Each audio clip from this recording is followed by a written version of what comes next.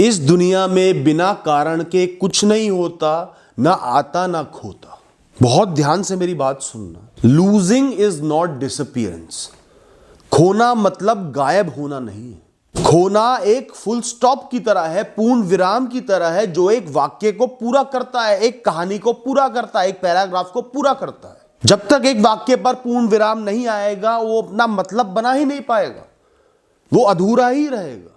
जब पूर्ण विराम लगेगा तभी आप उसको समझ पाओगे, उसके अस्तित्व को, उसकी बात को समझ पाओगे।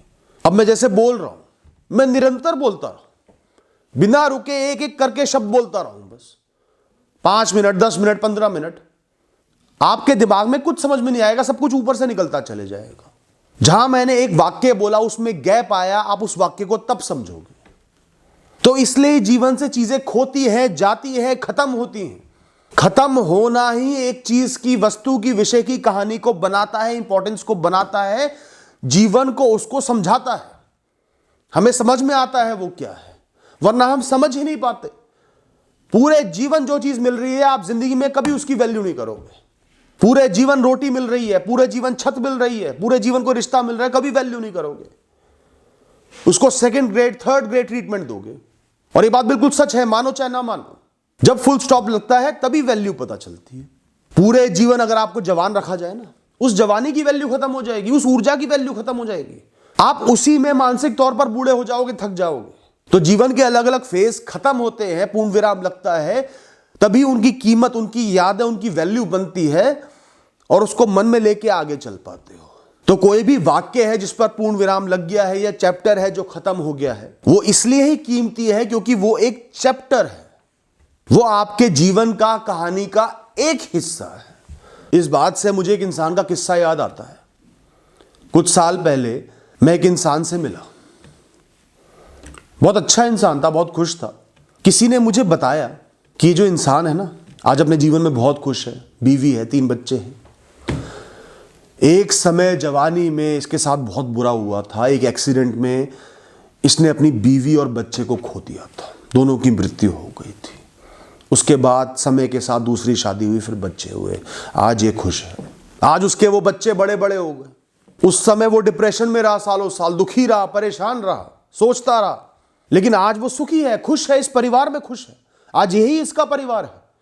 आज तुम उससे बोल दो कि इन बच्चों की मृत्यु हो जाए, या जीवन से हट जाए, या बीवी जीवन से हट जाए और वो पुराने रिश्ते मिल जाए, तो ये मना कर देगा। ये कहेगा नहीं, यही मेरा परिवार है, मैं इसमें सुखी हूं, मैं इनसे बहुत प्रेम करता हूं। अपने दादी दादा से पूछना कि आज अगर मैं चले जाऊं, आपका पोता या पोती चले जाए, और आपके माता पिता जिनसे आप बहुत प्रेम करते थे, सालों पहले जिनकी मृत्यु हो गई थी, वो वापस आ जाए, तो क्या आपको मंजूर होगा? क्या आप ऐसा चाहोगे? वो साफ मना कर देंगे। वो कहेंगे अब मेरा प्रेम तुमसे है, तुम मेरे जीवन में हो, तुम मेरे जीवन का हिस्सा हो, मुझे तुम चाहिए। वो जा चुके हैं। तो जीवन में जब कुछ जाता है तभी कुछ नया आता है, तभी कुछ बेहतर आता है, कुछ अच्छा आता है, और जो भी आता है आप उससे एडजस्ट कर लेते हो, उसे ही अपना लेते हो। तो जीवन में जो कुछ भी है वो ना होता अगर जो भूत में था वो ना जाता। सब कुछ एक साथ नहीं हो सकता। और पुरानी चोटें, पुरानी बुराइयां, पुराना खोना आपको जीवन में बहुत कुछ सिखाता भी है। आज से 25-26 साल पहले मुझे बहुत भयंकर टाइफाइड हुआ था। महीने भर तक स्कूल से छुट्टी लेके घर में रहना पड़ा था। उस समय मेरे दादा दादी ने मुझे बड़ा कीमती गिफ्ट लाके दिया था। एक्शन फिगर्स होते थे WWF रेसलर्स के, मुझे बचपन में बहुत शौक था। बड़े महंगे आते थे, अब वैसे तो नहीं खरीद सकते थे इतनी महंगी चीज़। तो उस समय मैं बहुत बीमार था, तो उन्होंने ला कर दिया। मैं बहुत खुश हुआ, बहुत खेला। फिर जब मैं सही हो गया, एक दिन हम कहीं जा रहे थे, बाहर के ट्रेड फेयर में गए थे, मैं साथ में लेकर गया था, हमेशा साथ में रखता था उनको, और वो खो गए। मुझे आज भी नहीं पता वो कैसे खोए, कहाँ गए। मैं हफ्तों तक, महीनों तक बहुत दुखी रहा, और आज भी मुझे वो इवेंट याद है, उनको खोना याद है, एक छोटी सी चीज को खिलौने को, इतने साल बीतने के बाद भी। और वो ना खोए होते तो वो याद ही ना होते। धीरे धीरे उनके हाथ पैर तोड़ के कबाड़े में डाल दिया होता, फिर भूल जाता। खोने से ही उनकी कीमत बनी कि जीवन भर वो एग्जैक्टली मुझे याद है, उनका होना मुझे याद है। और साथ ही उस हादसे के बाद मैंने जीवन भर के लिए सीख ले ली कि अपनी कीमती चीजों को संभाल के रखो। ऐसे ही कहीं भी ले गए, कहीं भी छोड़ दिया, नहीं करना। पर उस समय देखा जाए तो मैं बहुत दुखी रहा, हफ्तों बहुत दुखी रहा, क्योंकि दोबारा भी वो लाए नहीं जा सकते थे, बहुत महंगे थे। मैं मानता हूं कि उस एक नुकसान की वजह से मैंने अनगिनत चीजों को जीवन में नहीं खोया। समझदारी से जीवन जिए, बात को समझो, फुल स्टॉप को समझो, खोने को समझो, ये जीवन एक चीज को खोने में रिस्ट्रिक्टेड नहीं है, खत्म नहीं है। ये तो बहुत लंबी कहानी है। खोने का भी अपना एक मतलब है। कई बार किसी एक चीज को, वस्तु को, विषय को, इंसान को खोना इसलिए जरूरी होता है, उसकी वजह से आपका बाकी चीजों पर ध्यान आ जाता है जो जरूरी है, जिनको आप इग्नोर करे बैठे थे। एक इंसान के पीछे पागल हो रहे थे, सब कुछ भुला दिया था, वो छोड़ के चला गया, डिच करके चला गया। तब एहसास होगा माता पिता भी तो बैठे हुए हैं, सालों से परवरिश करके मेरे लिए जी रहे हैं, उनका ख्याल कौन करेगा? उनको तो भूल ही गया था प्रेम में। कई बार परिवार के एक इंसान को खोने से बाकियों की कीमत पता चलती है।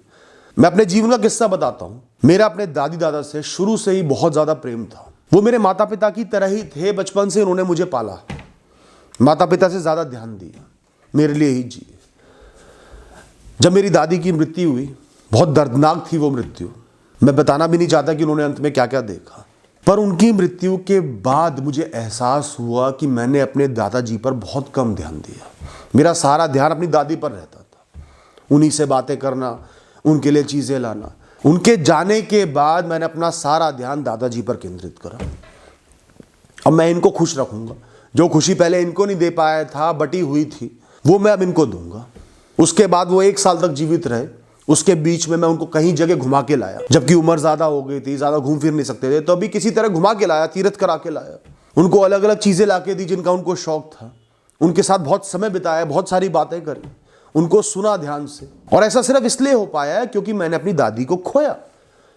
वरना हो सकता है कि वो पहले चले जाते, उन पर इतना ध्यान ही नहीं रह पाता। तो मुझे वो 1 साल हमेशा ध्यान रहेगा जब मैंने अपने दादा पर बहुत ध्यान दिया। तो अपनी एक बहुत ही कीमती चीज खोने पर दूसरी की कीमत समझ में आई, दूसरे की कदर कर पाया। आप जब भी कोई भी चीज खोते हो ना, सबसे पहले एहसास करो कि आप ही ने उसको पाया भी था, पाने वाले भी आप ही थे, लकी ड्रॉ में जीतने वाले भी आप ही थे। वो ना भी मिलती, वो इंसान ना भी मिलता, वस्तु ना भी मिलती, सहूलियत ना भी मिलती आपको, तो भी आप प्रश्न नहीं उठा सकते दुनिया पर। तो खोते हुए उसको पाने के एहसास को भी जिंदा रखो, अप्रिशिएट करो। तो पूर्ण विराम लगा है तो उस वाक्य की शुरुआत हुई, पूरे वाक्य को आप पढ़ पा रहे हो, समझ पा रहे हो, उस बात की वैल्यू करो। इस जीवन के पास अनगिनत तरीके हैं कि वो आपसे ये चीज, ये सहूलियत पहले भी छीन लेता, या आपको देता ही नहीं। एक बात हमेशा ध्यान रखना, इस दुनिया में कुछ भी खोता नहीं है, कुछ भी खत्म नहीं होता। वो वहां होता है जहां उसे होना चाहिए, अपनी सही जगह पर, सही स्थान पर होता है। उसके निमित्त से, उसके कारण से ये ब्रह्मांड, ये दुनिया चल रही है। एक एक कण मौजूद है इस दुनिया को चलाने में। एक एक कण का अपना रोल है, अपना काम है, अपना कर्म है। जीवित का कर्म है तो मृत का भी कर्म है। जो लोग 200 साल पहले चले गए, आपके परिवार के ही चले गए, आज आप मौजूद हो तो उनके निमित्त से मौजूद हो। इस पृथ्वी पर बहुत सारी चीजें ऐसी जो आज चल रही हैं, उनके निमित्त से चल रही हैं, उनके होते हुए आई हैं वो, उनके बिना वो नहीं होती। हम सिर्फ उसी चीज को खो सकते हैं जो हमारी है, पूर्ण रूप से हमारी है। और मुझे एक बात का जवाब दे दो, पूर्ण रूप से तुम्हारा क्या है इस दुनिया में? इस शरीर जिसके सहारे जी रहे हो, जिसको महसूस कर पा रहे हो, यूं नष्ट हो जाएगा, पड़ा रहेगा। 4 लोग चाहिए उठाने के लिए। एक जीवाणु, एक कण भी इस दुनिया का तुम अपने साथ नहीं ले जा सकते। तो तुम्हारा कैसे हुआ? वो किसी और का है, किराए पे आया है, कुछ समय के लिए आया है, चले जाएगा। यही सच है। अपनापन इतना लाते ही क्यों हो? रिश्तों में इतना बंध ही क्यों रहे हो? ये रिश्ते तुम्हारे नहीं है, किराए के हैं, तुम्हें दिए गए हैं, कर्मों के द्वारा तुमसे जोड़े गए हैं। ये बिछड़ेंगे ही, अलग ही होंगे। दोस्ती हो, रिश्ता हो, माता पिता हो, पति पत्नी हो, बच्चे हो, बिछड़ना तय है। कर्मवश आपस में जुड़े हो। और जो भी आपको मिला है वो इसलिए मिला है क्योंकि किसी ने उसको खोया है। किसी का खोना तुम्हारा पाना है, तुम्हारा खोना किसी का पाना है। ये जीवन एक खेल की तरह है। जब बॉल पास करते रहते हो ना, तकिया पास करते रहते हो, रुक नहीं सकते आप, वरना खेल रुक जाएगा। जो रिश्ते आज तुम्हें मिले हैं, कल वो किसी और के थे, वो चले गए, दूर हो गए, तब वो रिश्ता तुम्हारे पास आया है। आज तुम्हारे पास पैसा आया तो कल वो किसी और का था, किसी और की संपदा थी। कितनी मेहनत तुमने करी हो, वो कहीं से होके तुम्हारे पास आया है। तो जब गेंद आपके पाले में आए तो एहसास करो ये खेल है, किसी ने मुझे दिए है, मुझे आगे देनी है, रुकना नहीं है। मैं रुक नहीं सकता, चाहकर भी नहीं रुक सकता। ये भाव हमेशा अपने मन में रखो। जो भी व्यक्ति, वस्तु, विषय आपके जीवन में जब भी आता है, जितने भी समय के लिए आता है, एक कारण से आता है, एक मकसद से आता है। मकसद पूरा करके आपकी कहानी में चले जाता है। वो मकसद पूरा ही तब होगा जब वो चले जाएगा, वरना हमेशा मकसद अधूरा रह जाएगा। आपकी कहानी में वो अपनी छाप छोड़ ही नहीं पाएगा। छाप छोड़ने के लिए छोड़ना जरूरी है। छाप बनाते रहोगे तो छाप नहीं बन सकती। जब स्टैम्प को उठाओगे तभी छाप बनेगी, तभी छाप दिखेगी। ध्यान रखना, हर चीज का एक मकसद है, हर वस्तु का, परिस्थिति का, इंसान का एक मकसद है आपके जीवन में। अनगिनत अधूरी चीजें, कुछ पूर्ण चीजों को, कुछ चीजें जो पूरी हुई है उनको कीमत देती है, उनको वैल्यू देती है, उनकी वैल्यू बनाती है। 10 ठोकरें खा के फिर कुछ जगह सही चले, सीधे चले, बिना ठोकर के चले, तो उस सही चलने की कीमत उन 10 ठोकरों की वजह से बनी, वरना कभी ना बनती। तो जीवन में हमेशा बहुत सी चीजें किससे अधूरे रहेंगे, बुराइयां रहेंगी, तब अच्छी चीजें नजर आएंगी। अच्छी चीजों की, अच्छी परिस्थितियों की कीमत बनेगी उस कहानी में, उस कीमत का आपको एहसास हो पाएगा। 1000 incomplete things accompanied by some perfect spots create a perfect story। तो हो सकता है किसी इंसान का, वस्तु का, विषय का आपके जीवन में जो किरदार है वो कुछ क्षण का हो, या कुछ सालों का हो, या बहुत सालों का हो, पर उसका किरदार फिक्स है, वो अपना काम करके चले जाएगा। कई लोग हमें इस पूरे जीवन में, अनगिनत सालों के जीवन में सिर्फ कुछ क्षण के लिए मिलते हैं तो भी बहुत बड़ा काम कर जाते हैं, बहुत बड़ी मदद कर जाते हैं, क्योंकि उनका किरदार इतना ही था। और कई लोग ऐसे होते हैं पूरे जीवन में शामिल है तो भी उनका कोई किरदार नहीं है, वो बस एग्जिस्ट कर रहे हैं। एग्जिस्ट होने में भी उनका कोई रोल है पर कोई मुख्य किरदार नहीं है। तो कोई वस्तु, विषय, इंसान जितनी जल्दी चला जाता है उससे उसके किरदार को जज मत करो कि वो जरूरी है, गैर जरूरी है, जल्दी चला गया। वो अपना किरदार पूरा करके गया है आपके जीवन में, उसका किरदार इतना ही लिखा था, सीन इतने ही लिखे थे। कई बार मूवी देखते हो, ऐसा होता है, एक नए एक्टर के सिर्फ 2-3 सीन होते हैं और उन्हीं सीन्स में वो इतना प्रभाव छोड़ जाता है कि मूवी खत्म होने के बाद आप उसको याद करते हो कि यार वो 4 सीन में था लेकिन उसकी एक्टिंग लाजवाब थी, उसका किरदार अहम था, कम होकर भी। और कई एक्टर होते हैं पूरी पिक्चर में मौजूद होते हैं पर आपका ध्यान भी नहीं जाता। तो जो चला भी गया है, आपसे बिछड़ भी गया है, चाहे सहूलियत हो, चाहे इंसान हो, चाहे कुछ भी हो, वो अपना किरदार निभाकर ही गया है। चाहे वो जल्दी चला गया तो भी उसका किरदार इतना ही था आपके इस जीवन की कहानी में, उसको शेप देने के लिए। तो इस बात का अफसोस मत करो कि वो जल्दी बिछड़ गया, वो अपना काम पूरा कर गया, पूरी यादें दे गया आपको जितने की जरूरत है। दोस्तों, कई बार किसी का मौजूद ना होना भी आपके जीवन में एक अहम किरदार निभाता है। समझने की कोशिश करना इस बात को। अगर किसी का मकसद है आपको चोट पहुंचाना, जीवन की तरफ थोड़ा इंडिफरेंट करना, भौतिकवादी जीवन से थोड़ा दूर करना, थोड़ा इमोशनलेस करना या थोड़ा इमोशनल बनाना, तो वो उस तरीके से आपके जीवन से गायब हो जाएगा कि आप उस परिस्थिति में, उस मानसिक स्थिति में पहुंच जाओ। अगर उसका मकसद ही आपको जीवन में अधूरा महसूस कराना है तो वो मौजूद रह के कैसे ऐसा कराएगा? और वो अधूरापन ही आपकी कहानी को शेप दे रहा है। जहां लेकर जाना है वहीं लेकर जा रहा है, जिस पर ध्यान लगाना है उस पर लगवा रहा है, या इमोशनली हर्ट करना है तो कर रहा है। कहानी का ताना बाना आपको नहीं समझ में आएगा, ये ब्रह्मांड को पता है, ईश्वर को पता है, आपको समझ में नहीं आएगा। आप तो खोना पाना देखोगे। समझ में तब आएगा जब बहुत साल बीत जाएंगे, जैसे अभी मैंने वो 2 एग्जांपल्स दिए थे। तो accept anything's existence as a purpose in your life and exit as a purpose fulfilled.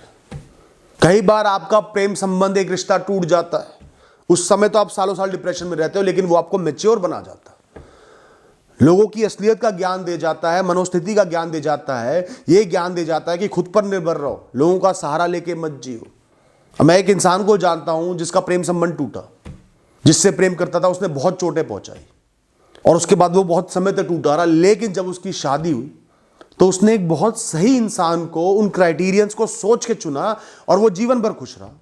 खैर जीवन तो चल ही रहा है अभी उसका, कई सालों से बहुत खुश है, वरना हो सकता है वो सही चुनाव ही ना कर पाता अगर वो धोखा ना खाता, इंसानों की असलियत को समझ ना पाता, प्यार में अंधा होता।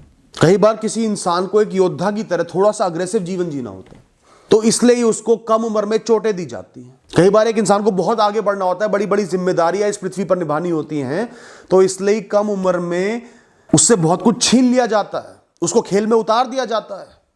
माता पिता की मृत्यु हो गई, सब उसे संभालना है, सब कुछ छिन गया घर का, उसे संभालना है, तभी वो इतना समझदार बन पाएगा, चोटें खा खा कर ही इतना समझदार बन पाएगा कि बड़ी बड़ी जिम्मेदारियां इस दुनिया में निभा पाए। तो आपकी कहानी में आपको बेस्ट फिट बनाने के लिए, ताकि आप उसको अच्छे से जी पाओ, आपसे कुछ चीजें छीनी जाती हैं। बाकी सब कुछ हमसे कर्म से ही जुड़ा हुआ है।